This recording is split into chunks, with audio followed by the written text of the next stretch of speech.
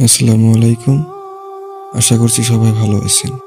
আপনাদের সবাইকে কালো বাতাস চ্যানেলে স্বাগতম জানাচ্ছি। আজকের গল্পটা যদি ভালো লাগে থাকে আপনাদের কাছে, তো অবশ্যই চ্যানেলটা সাবস্ক্রাইব করে দিবেন। চলুন এবার গল্পটা শুনে নেওয়া যাক। বীরভূমি জেলার এক কোণে ছোট্ট একটা গ্রাম, শালবন। চারদিকে শাল গাছ, মাঝখানে কয়েকটা পাকা বাড়ি আর ধূসর মাটির পথ।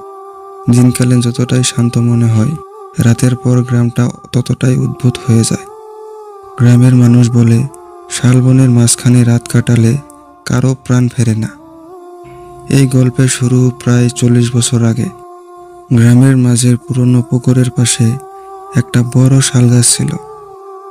গাছটার নিচে এক সময় এক বিধবা মহিলা কমলা থাকত। তার কোনো সন্তান ছিল না। লোকজনের বাড়িতে কাজ করে খেত সে। কিন্তু এক বর্ষার রাতে হঠাৎ সে হারিয়ে যায়। পরদিন সকালে দেখা যায় গাছটার নিচে তার সেরা শাড়ি, কিছু রক্ত আর এক টুকরো নখর চিহ্ন।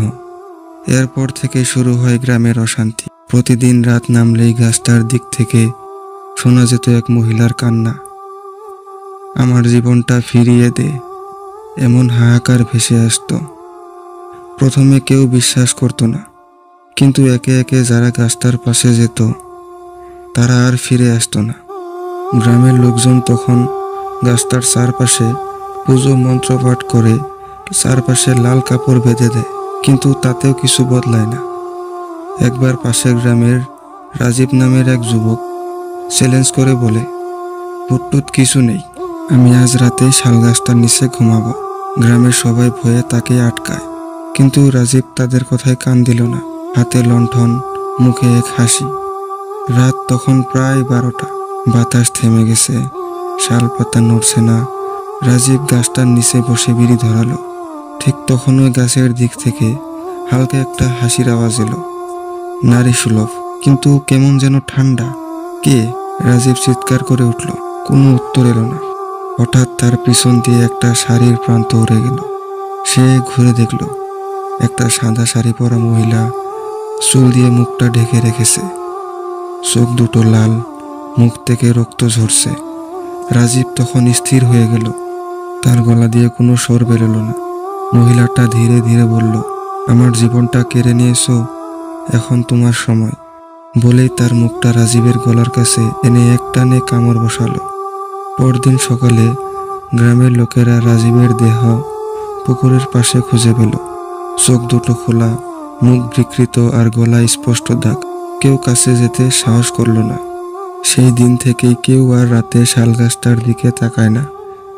বছরের পর বছর কেটে গেছে, কিন্তু আজও যখন পূর্ণিমার রাতে বাতাস থামে, তখন শোনা যায় একটা নারীর কণ্ঠস্বর, আমার জীবনটা ফিরিয়ে দে। আর যারা কৌতূহলবশত সেই গাছের দিকে তাকায়, বলে তারা দেখে একজোড়া লাল চোখ তাদের দিকে চেয়ে আছে। শালবন গ্রামের লোকেরা আজও বিশ্বাস করে কমলার আত্মা শান্তি পায়নি। তার মৃত্যুর রহস্য কেউ জানত না, আর আজও জানতে পারেনি।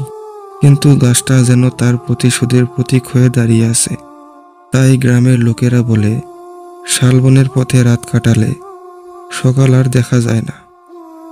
এভাবেই সেই নির্জন গ্রাম আজও বয়ে বেড়াচ্ছে এক অভিশপ্ত গল্প, যে গল্প শুনলে গ্রামের লোকের লোম খাড়া হয়ে যায়, আর শালপাতার ফাঁক দিয়ে ভেসে আসে এক শীতল ফিসফিসানি, আমি এখনো আছি। আজকের গল্প আপনাদের কাছে কেমন লাগলো তা কমেন্ট করে জানাতে ভুলবেন না।